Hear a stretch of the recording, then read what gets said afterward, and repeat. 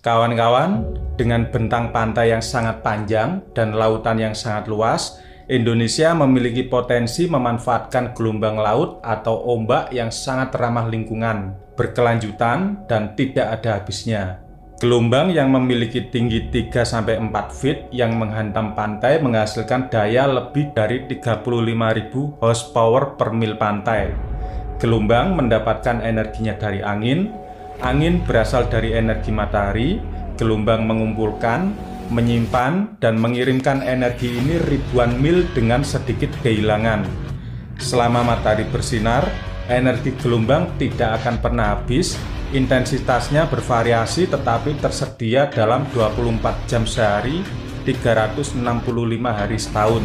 Teknologi energi gelombang laut mengandalkan gerakan naik turunnya gelombang untuk menghasilkan energi listrik. Paten energi tenaga gelombang pertama didaftarkan pada tahun 1799 oleh warga Paris yang bernama Monsieur Girard bersama dengan putranya yang menggunakan tindakan mekanis langsung untuk menggerakkan pompa, gergaji, penggilingan, dan mesin berat lainnya.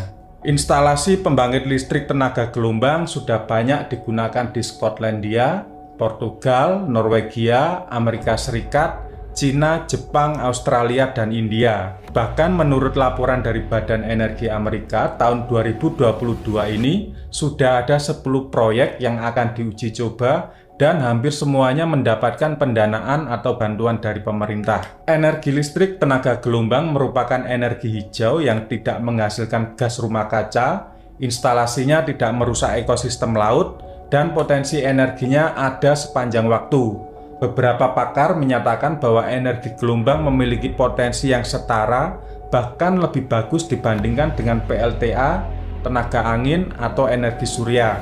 Diperkirakan, peningkatan teknologi dan skala ekonomi akan memungkinkan generator gelombang menghasilkan listrik dengan biaya yang sebanding dengan turbin yang digerakkan oleh angin sekitar 4,5 sen per kWh. Untuk saat ini, teknologi pembangkit gelombang terbaik yang ada di Inggris Raya menghasilkan energi dengan biaya proyeksi rata-rata 6 sen per kWh atau Rp850 per kWh. Sebagai perbandingan, listrik yang dihasilkan oleh pembangkit listrik tenaga batu bara skala besar harganya sekitar 3 sen atau Rp400 per kWh. Teknologi gas alam biayanya sekitar 4,5 sen per kilowatt atau lebih tinggi. Ada 3 teknologi pembangkit listrik tenaga gelombang yang paling umum digunakan. Yang pertama adalah sistem pelampung yang menggunakan naik turunnya gelombang untuk menggerakkan pompa hidrolik. Objek dapat dipasang ke rakit apung atau ke perangkat yang dipasang di dasar laut. Serangkaian pelampung bergerak naik turun bersama dengan gelombang. Gerakan ini memutar generator listrik dan menghasilkan listrik yang kemudian dikirim ke darat menggunakan kabel bawah laut.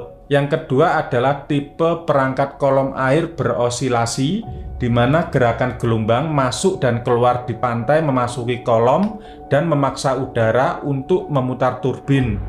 Kolom terisi air saat gelombang naik dan kosong saat gelombang turun.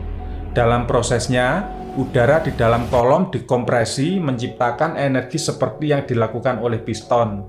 Energi itu kemudian dimanfaatkan dan dikirim ke pantai dengan kabel listrik. Yang ketiga adalah sistem saluran runcing atau tapkan, mengandalkan struktur yang dipasang di pantai untuk menyalurkan dan memusatkan gelombang, mengarahkannya ke reservoir yang ditinggikan. Aliran air yang keluar dari reservoir ini digunakan untuk menghasilkan listrik menggunakan teknologi tenaga air yang standar. Mengapa energi gelombang laut sangat potensial? Menurut kajian Kapital Teknologi, meskipun tertinggal di belakang teknologi PLTA dan matahari dalam pengembangan secara teknologi dan komersial, pembangkit listrik tenaga gelombang laut adalah sumber daya yang lebih menjanjikan.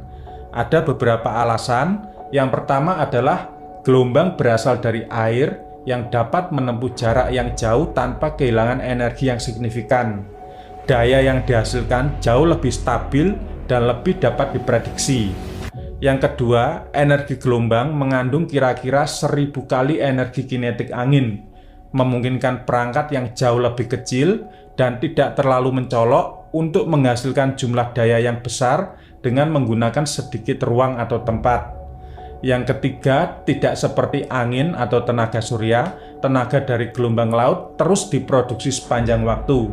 Sedangkan kecepatan angin cenderung mati pada pagi dan malam hari, dan tenaga surya hanya tersedia pada siang hari di daerah dengan tutupan awan yang relatif sedikit.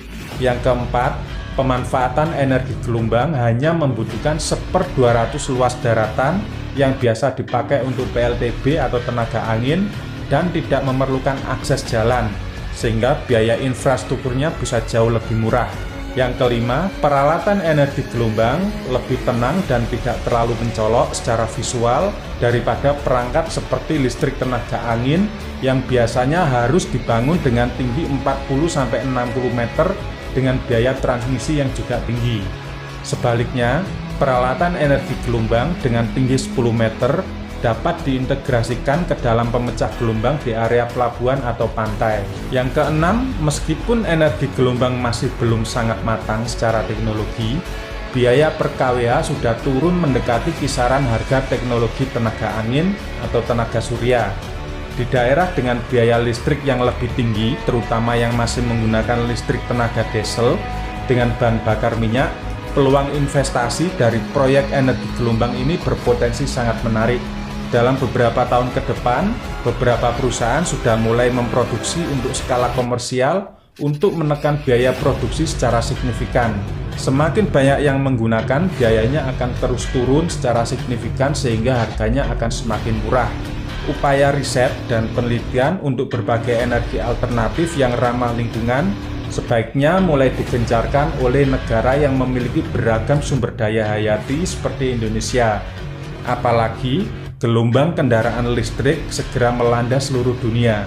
Kebutuhan energi listrik akan meningkat dengan sangat drastis dan signifikan. Ini adalah sebuah peluang besar untuk kita kembangkan secara bersama-sama. Oke kawan-kawan, demikian sekilas mengenai potensi listrik dari tenaga gelombang laut. Terima kasih.